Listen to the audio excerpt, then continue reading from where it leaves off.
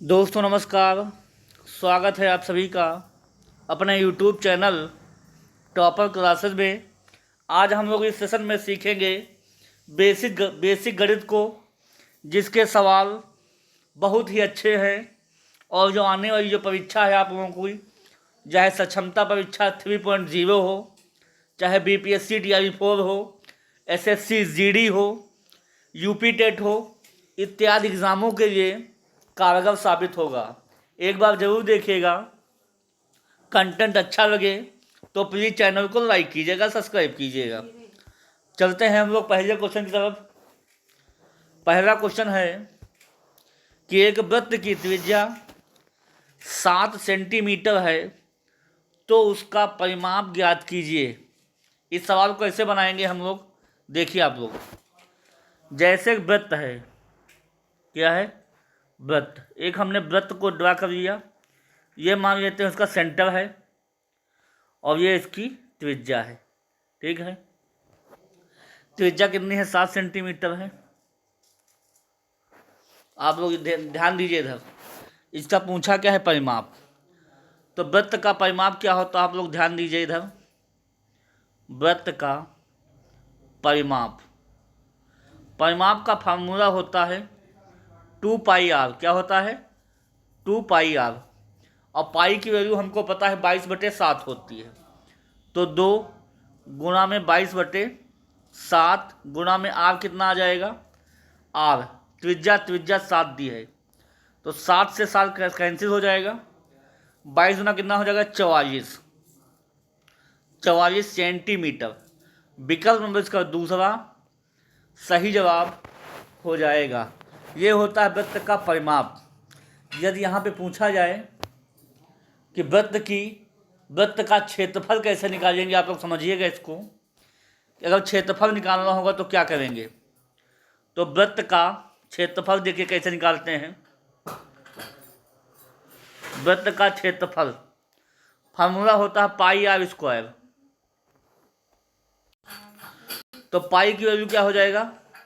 22/7 और त्रिज्या जो है 7 × 7 हो जाएगा। तो 7 से 7 कैंसिल हो जाएगा और 22 की गुना आप आपस में कर देंगे 7 से।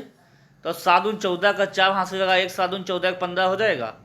154 सेंटीमीटर स्क्वायर हो जाएगा। तो क्षेत्रफल और परिमाप जो है वृत्त का पूछा जा सकता है। समझ में आ गया होगा। अगले क्वेश्चन पे हम लोग बढ़ेंगे, आगे देखेंगे। अगला क्वेश्चन है निम्न आंकड़ों का बहुलक ज्ञात कीजिए। आंकड़ा जो हमें दिए गए हैं 80 है, 70 है, 50 है, 70 है, 40 है, 70 है, 50 है। तो बताइए, देखिए बहुलक जो होता है, जो आंकड़ा सबसे ज़्यादा बार आता है, जो सबसे ज़्यादा बार आंकड़ा आता है उसे हम लोग बहुलक में काउंट करते हैं। जैसे जो हमारा आंकड़ा दिया गया है, तो इसमें से सबसे ज़्यादा कौन आया है? इसमें अगर देखा जाए तो 80 केवल एक बार आया है और 70 आया है 3 बार। 70 आया है 3 बार और 50 आया है 2 बार और 40 आया है 1 बार। तो किसकी आवृत्ति जो है सबसे ज़्यादा बार आई है? 70 की आवृत्ति सबसे ज़्यादा बार आई है। 70 को 3 बार आया है, तो इसलिए हम 70 को जो है विकल्प नंबर इसको तीसरा लगा देंगे। 70 इसका बहुलक कहलाएगा। समझ में आ गया होगा। अगले क्वेश्चन पे हम लोग बढ़ेंगे। अगला क्वेश्चन बहुत अच्छा सवाल है। किसी विद्यार्थी ने 500 अंकों में से 420 अंक प्राप्त किया। बताओ उसने कितने प्रतिशत अंक प्राप्त किया? 80%, 75%, 84%, 65%। देखिए परीक्षा कितने नंबर की थी? 500 नंबर की, और उसने प्राप्त कितने अंक किया? 420। इसको हमको निकालना प्रतिशत में। प्रतिशत निकालने का तरीका सबसे बेटर होता है कितने नंबर हमको परीक्षा में मिले हैं, ये हमको देखना है। मिले हमको 420 नंबर, कितने में से? 500 में से, और गुणा में 100। ये परसेंटेज निकालने का सबसे बेहतरीन तरीका होता है। दोनों जीरो हम काट देंगे। 5 एकम 5, 8 पंचे 40 और 5 चक्कू 20, 84% इसका सही जवाब आ जाएगा।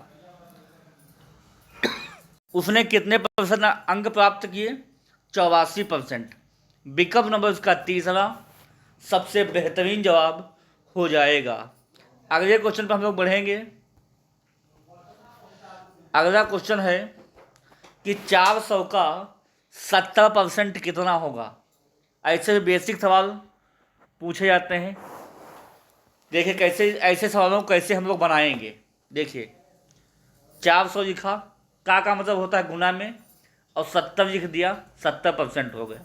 और परसेंटेज का मतलब होता है 1/100।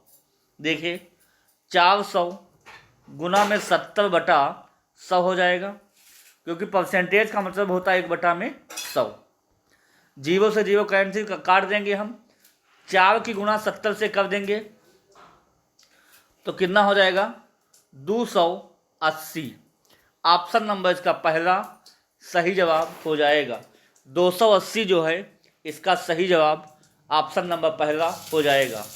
अगले क्वेश्चन समझ में आ गया होगा।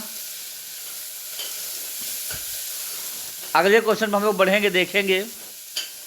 अगला है किसी त्रिभुज की तीनों अंतःकोणों का अनुपात 2:3:5 है, तो सबसे बड़ा कोण ज्ञात कीजिए। कैसे ज्ञात करेंगे हम लोग?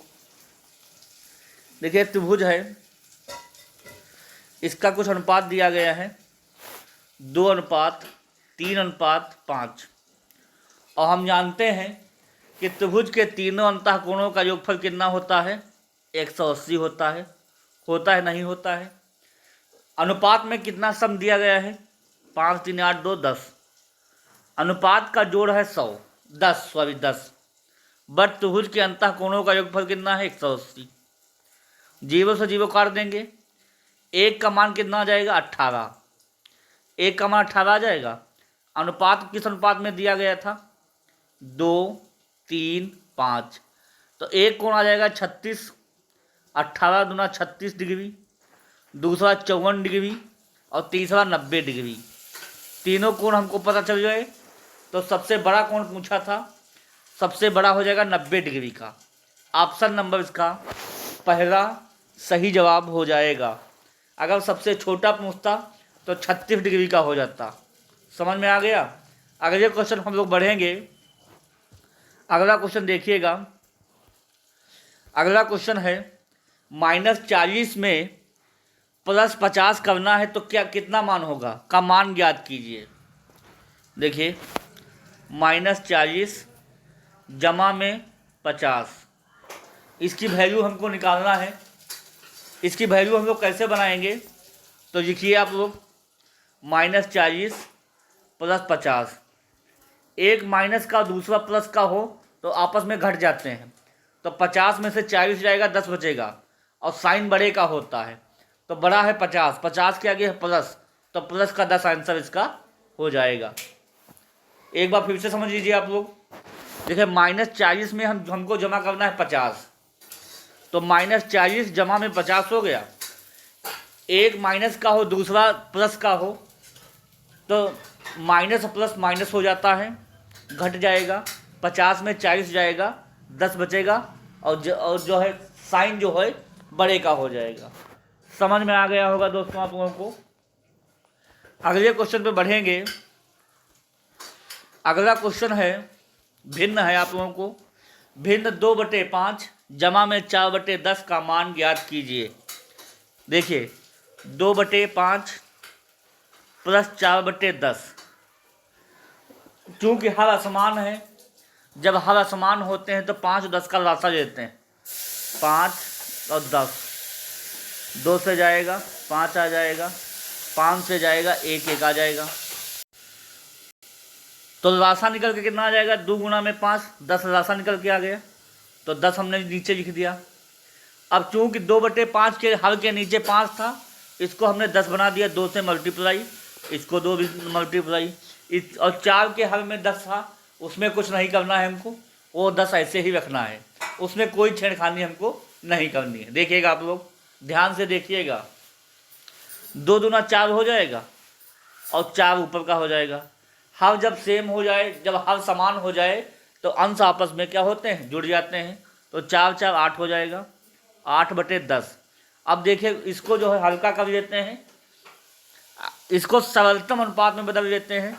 4 दूना 8 और 4 पंचे 20, 4/5। विकल्प नंबर का दूसरा सबसे बेहतरीन जवाब हो जाएगा। समझ में आ गया होगा दोस्तों आप लोगों को। अगले क्वेश्चन पे बढ़ेंगे। अगला क्वेश्चन है, यदि किसी व्यक्ति की आय 20% बढ़ा दी जाए तो 2400 रुपये हो जाती है, मूल आय कितनी है? देखिए इस सवाल को कैसे बनाएंगे, देखिए इस सवाल को कैसे बनाते हैं हम लोग। जो परसेंटेज में जितना बढ़ रहा है उसको हम केवल लेंगे, बाकी कुछ नहीं करना है। देखिए कितना बढ़ रहा है, 20%।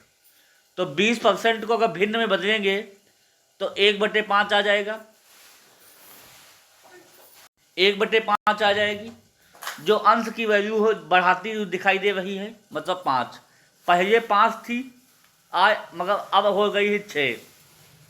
कितनी हो गई, 6 हो गई। अब 6 की वैल्यू हमको कितनी दिया है, 2400। मतलब कितने से मल्टीप्लाई करना पड़ेगा हमको, 4 से। अब 5 को भी 4 से मल्टीप्लाई करवा दीजिए, 5 चक्कू 20, तो कितना हो जाएगा, 2000 रुपये। ऑप्शन नंबर इसका पहला सही जवाब हो जाएगा। सभी लोगों को समझ में आ गया होगा। बहुत ही अच्छा सवाल था। 20% को भिन्न में कैसे बता, ये भी आप लोग जान लीजिए। 20/100 हो जाएगा और 20 से कम 20, 20 पंचे 100, 1/5। अगले क्वेश्चन पे हम लोग बढ़ेंगे। इसका आंसर हो जाएगा 2000 रुपये। इसकी मूल आय कितनी थी, 2000 रुपये। अगले क्वेश्चन पे हम लोग बढ़ेंगे। अगला क्वेश्चन है, राम और श्याम की आयु का अनुपात 5:7 है। यदि श्याम की आयु 49 वर्ष हो तो उनकी आयु का अंतर कितना है? देखिए इस सवाल को कैसे बनाएंगे। 2 पर्सन हैं, राम और श्याम। राम और श्याम की आय जो है दिया है 5:7। ये अनुपात में दिया गया है, बट श्याम की ओरिजिनल जो है आयु दिया है वो आपको 49 वर्ष। कितने दिया है, 49 वर्ष। अब 7 की वैल्यू हमको 49 दिया गया है, तो एक की वैल्यू कितनी, एक की वैल्यू कितनी हो जाएगी, 7 × 7 = 49। मतलब इसको 7 से मल्टीप्लाई किया गया होगा, तो राम की भी आयु निकल आएगी। कितने से मल्टीप्लाई करेंगे हम लोग, 7 से। 7 से इसको भी कर दिया, तो 7×5 = 35 हो जाएगा। और उनकी आयु का अनुपात निकालना है, अंतर निकालना है थोड़ा भी। तो अंतर जो है 49 में से 35 घटाने के कितना अंतर आ जाएगा, 14 वर्ष।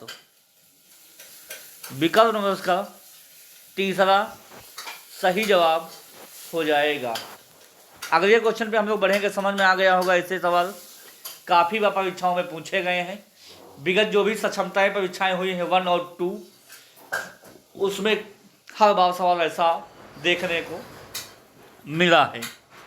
तो आने वाली जो सक्षमता परीक्षा 3.0 है उसमें भी आप लोगों को देखने को मिलेगा। अगले क्वेश्चन पे हम लोग बढ़ेंगे। अगला विश्लेषण का अंतिम सवाल रहेगा कि 5 में कितना जोड़ा जाए कि -8 प्राप्त हो जाए। देखिए इस सवाल को हम लोग कैसे बनाएंगे। धन दिया है और माइनस में प्राप्त करना है। मान लेते हैं 5 में x जोड़ दिया जाए तो संख्या -8 मिल जाएगी।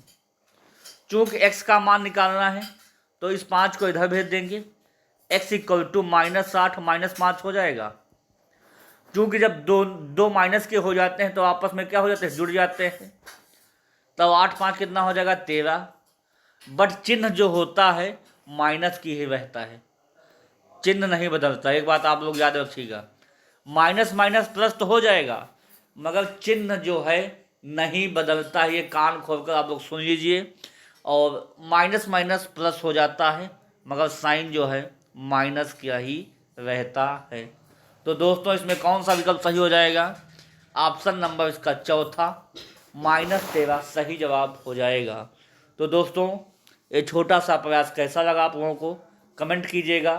और जो भी हमारे शिक्षक साथी बंधु, बड़े भाई, छोटे भाई, जो भी साथी हमारे इस चैनल के माध्यम से देख रहे हैं, उनसे निवेदन रहेगा कि इस प्लीज़ चैनल को लाइक कर दीजिएगा और सब्सक्राइब कर लीजिएगा, बेल आइकन दबा लीजिएगा। जो भी क्लास यहाँ से डाली जाएंगी आप तक मैसेज पहुँच जाएगा। तो दोस्तों आज के लिए बस इतना ही। अगली नेक्स्ट क्लास में कुछ कहने सुनने का मैं प्रयास करूँगा। तब तक के लिए धन्यवाद। Okay, thank you, good night.